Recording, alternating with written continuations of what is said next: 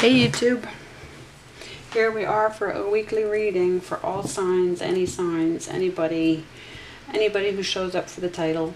And I've got the Ancient India deck out, the Tarot, the Major Arcana from Ibiza Tarot. I'm going to use that as an oracle. We'll get right into that. And I have the fabulous Tattoo Tarot I haven't touched for a while. Brought that out again. And so let's just see where we're at after this solar eclipse in Gemini. What are we flashing up at the bottom here? Judgment. Okay, nice. I'll read it out. Okay. What have you truly learned so far? What is your truth? It's now time to think about the next steps in future projects. Well, if that's not on point after the Gemini solar eclipse.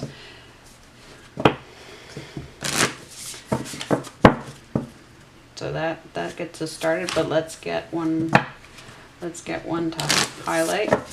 Maybe that one will come back. If so, then that's all there is to it.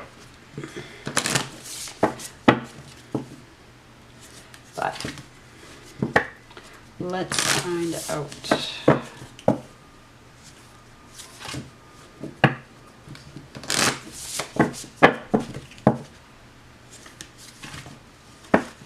Let's find out.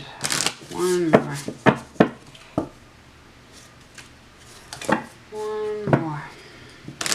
Okay, and a split. And I'm going to take whatever, the top of whatever is on the table.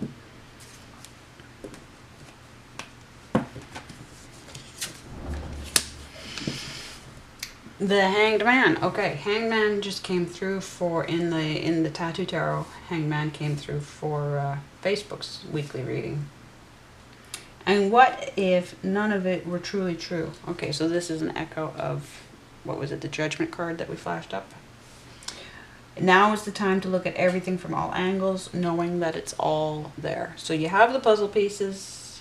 How do they all go together? You don't have the cover to the box. You don't have the photo. That's the hang up. That's the hiccup. But you have all the pieces. You can find the edges, yes. And then you block in color tones and, you know, yep, strange, well, no. But yeah, you know what I'm saying. Okay, what if none of it were truly true? So, what needs to be, and to what end? I mean, yes, knowledge is power, but what is special about this week? What's the timing that's critical for you? Why does it need to be sorted this week? Because next week is another thing, right? Next week is, and it's, I'd like to say, it's interesting. The water signs are definitely in a collective effort, whether or not they know it. There's a layering of events right now, energetically, and I would say, but then Earth signs are on. It's like they're occupying different places of the wheel right now, and they'll catch up. They'll all start to synchronize at some point soon. Air and fire. Fire all got messages from the other side. They all got channeled this past week. And air, it was about heavy on justice and interdimensionality. Aquarius needs to be going interdimensional, same as Pisces is, and Virgo. But Gemini was about justice. Something, you know, God was pulling somebody's strings in Gemini's favor. And Libra was exiting a situation knowing that they stayed the course for as long as they were supposed to, like a completion of a soul contract. So things are amping up. It's really, I like looking at everything in terms of collectives. I like teamwork. I'm not good in a group because I've got Uranus opposing my sun. I've got too many placements that make me I'm excellent one-on-one, absolutely. But bring me into a group and I'm going to say the wrong thing and I'm just going to kill the vibe. Sometimes they can really bring the humor, but then it goes, it takes over, right? And then it you know, the balance gets thrown. No matter how I try to maintain the balance and pull back, then people can feel me pulling back, and it just doesn't. So, what are your strengths? My strengths are one-on-one. So I have good clients. I'm very client-based in my life. And here we go. Well, what am I talking about? Here we go. 3 of Cups sideways. So 3's a crowd. There are crowds. Now this can also be an Aquarius card, like an 11th house card, but it's of course Cancerian. It's interesting. Now, are we talking spirit guides? Are we talking people in your family? Are we talking friends? Let's find out. We're stuck between the 2 and the 4. So we're stuck between making a decision and ending up in the right sandbox, so to speak. Ending up in the right kind of stability.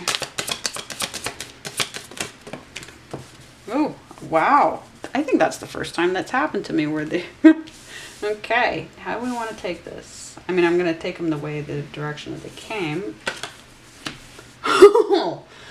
Oh. Wow. Okay. From Cancer to Pisces. So we have Pisces up there. So we're in strong Pisces mode right now. Interesting. Neptune's in Pisces. Right next to the head of the lower fish that has, well, lower depending on what hemisphere you're in. If you're in northern, the lower. The one with the longer end of the lead, right? The rope. Okay, so these cups are going this way. That'd be 3 of the 10, and the 7 are going this way. So we have a manifestation versus a transformation. Okay, and I just got through a big Ace of Pentacles speech for Facebook. Here we are again. Who are you? So they wanted me to go on a long tangent about that, so I had a very clear, immediate understanding of this Ace of Pentacles as being you. Who you are. Who you are versus who they are. Interesting, interesting, interesting. What if none of it were truly true? Now, are these again spirit guides, or is it family, or is it, you know, is it ancestors? Is it happiness? Is it a singular relationship, right? If we're talking between making a decision about a 2 of Cups, you know, in order to end up in the right stability of the 4 of Cups. Because, you know, once you reach that 4 of stability, it's either the right sandbox or the wrong sandbox. And you're either going to grow and develop and, you know, thrive, or you're going to get trapped. And then you have to go back and you have to, right? Because you're working your way towards that necessary change of 5. The 5 of Cups, right? Which leads to the 6. I mean, it's all about progression. It's always about progression. We're always wanting to move forward. We don't want to be cyclical. We don't want to be stuck in, you know, what I want to say, ritualistic things, yes, that are serving somebody other than God and ourselves. Oh, that was a seriously intentional turnaround. Okay. Wow. Wow. I just had the sun twice in the 12th week of the astrology book series that I'm doing. And I was like, okay, it doesn't feel like sun, but it's here. It's here. Whether or not it feels like it, it's here. Okay. Now, instincts and triggers. It's in the upright, so we want to say instincts. And yay, we're still recording. Awesome. Divine timing. It's a green sun, apparently. It's a green light. Post-solar eclipse, the sun's back. Now, in terms of if this is a relationship, we have a happy relationship here.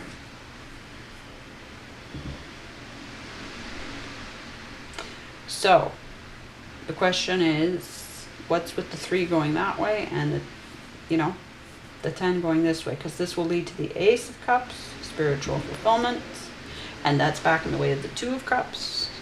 And this way is the 9 of Cups, careful what you wish for, leading to the 4 of Cups. So there's a stability, so there's healing that needs to be done, possibly, if we say that that is,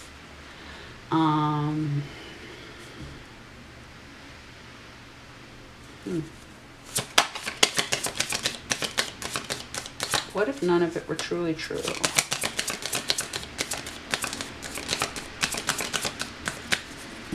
Not this half. Okay.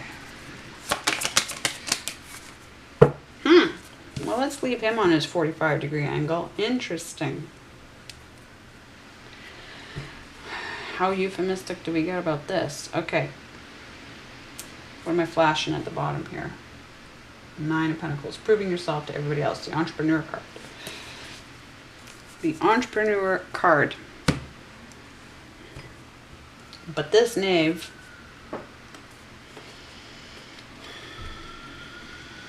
is not so excited. This Aries energy, right? Yep, this is an Aries energy. This first house energy. Knowing yourself. Knowing yourself. So we have this.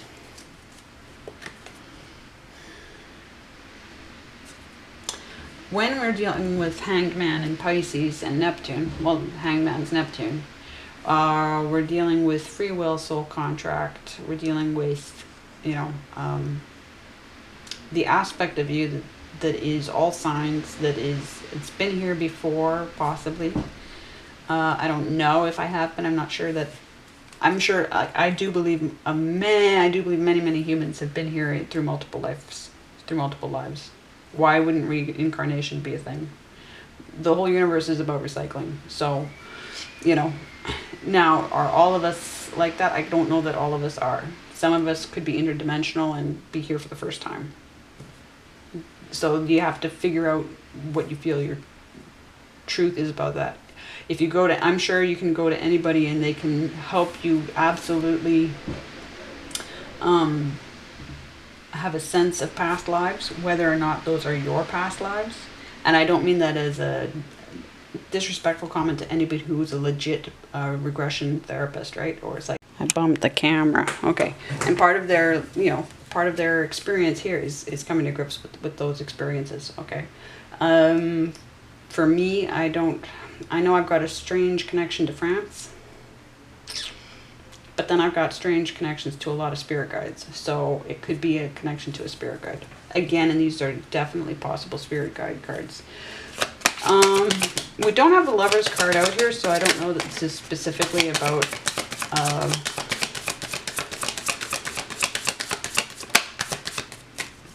a romantic relationship.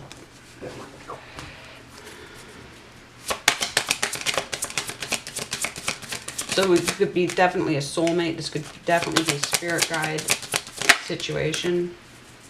Possibly with the Death card here. Absolutely. Since that came out just as I'm trying to clarify. I mean, they could have sent me the Lover's card and they didn't do that. There are 2 heads on the ground here. They might be further clarifying what's going on in this situation. Obviously, so transformation, or, I mean, we've got Scorpio energy on the table now.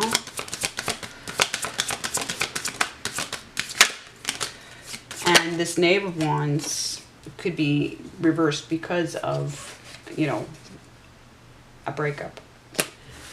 Aquarius energy, knowing you're protected, looking after yourself, in divine timing, 17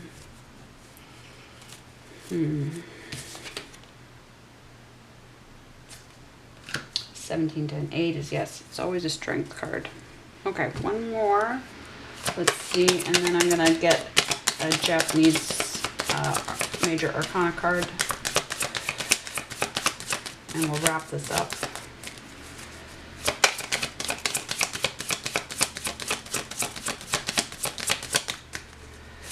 Because this is just a weekly one, so there's only so much you can cope with in 1 week.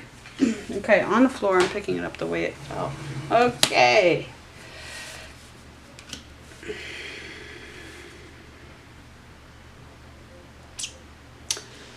More Aries energy. So there's a sense of self that needs to be attended to.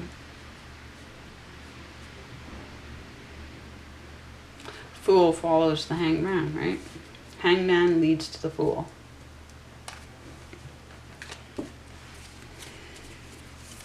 And at the center of it is this green light, this sense of, but again, as a sense of self in the physical, in the matrix. Okay, so let's, but then you, what if none of it were truly true? So where do we go with that? What if none of it were truly true? What are the implications if even the things you thought were true, or what does it mean to be attached to the truth? What does it mean to be attached to the truth? Is it too binding sometimes? Can you let go? Can you let go of holding yourself to account for a while? Yeah? Yeah, I think that's really what they're saying, you know, really at the heart of it. Can you let go of holding yourself to account? Can you just basically go easy on yourself? And you've done so much prep. And you're not to blame for so much. One more shuffle. You're not to blame for so much. Okay, so I'm going to take the top card of whatever stays on the table.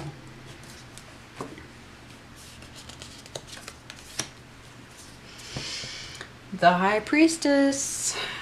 You are on course to receive real rewards, but only if you continue your discipline and motivation. Okay. Why does she completely just... Okay, hang on.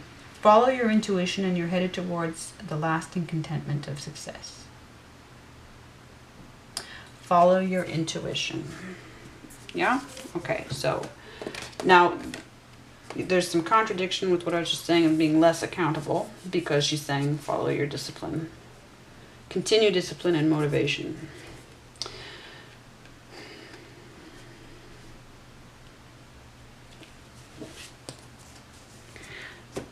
Which is entirely accountability. But intuition. So we have heavy intuition here. Heavy intuition here. And then if this is all about somebody, if this is about you, this is about you and a guide. Or guides. Okay, so this is all about you and spirit guides. Right now, that's what it's about. They're taking you somewhere you haven't been before. So you can only know what you know. And things that things that are projected as things you need to figure out and solve, you're going to put them to the side, because scientists, when we're being observational, yes, then you have to prioritize the observations. If you're looking at the observations with bias, if you're looking at the, if you're looking with bias, if you're looking with intention and not just looking, right? Then you are already filtering what it is your eyes will pick up on. So you want to not, you want to say, okay, yeah, I know I have filters, but for now, for this limited time, for this week, no filters. For this week, just keep track. Just keep note. Just keep note. Step out and keep note. And then, because then you have the most accurate data to work with that you can hope to have.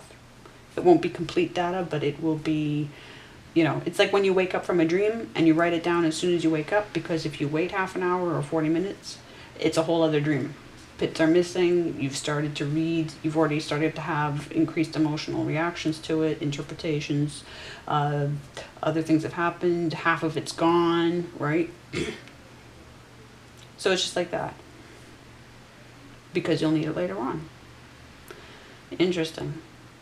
You'll need it later on. And this is, of course, Leo energy for creative, house of creativity, house of legacy, first house, 8th house. So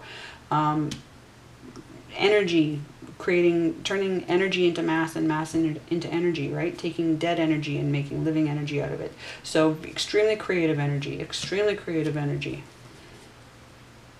And what did we have last week? We had creative flow. It's not chaos, it's creative flow. So, yes, go. Okay, let's see where we get. This is very, yeah, this is a level of professionalism is what we're looking at, if that's any help. And I will be back next week. Much love, and thank you, YouTube, for being my happy place on the internet. It's amazing that there still is such a thing as a happy place on the internet. Thank you.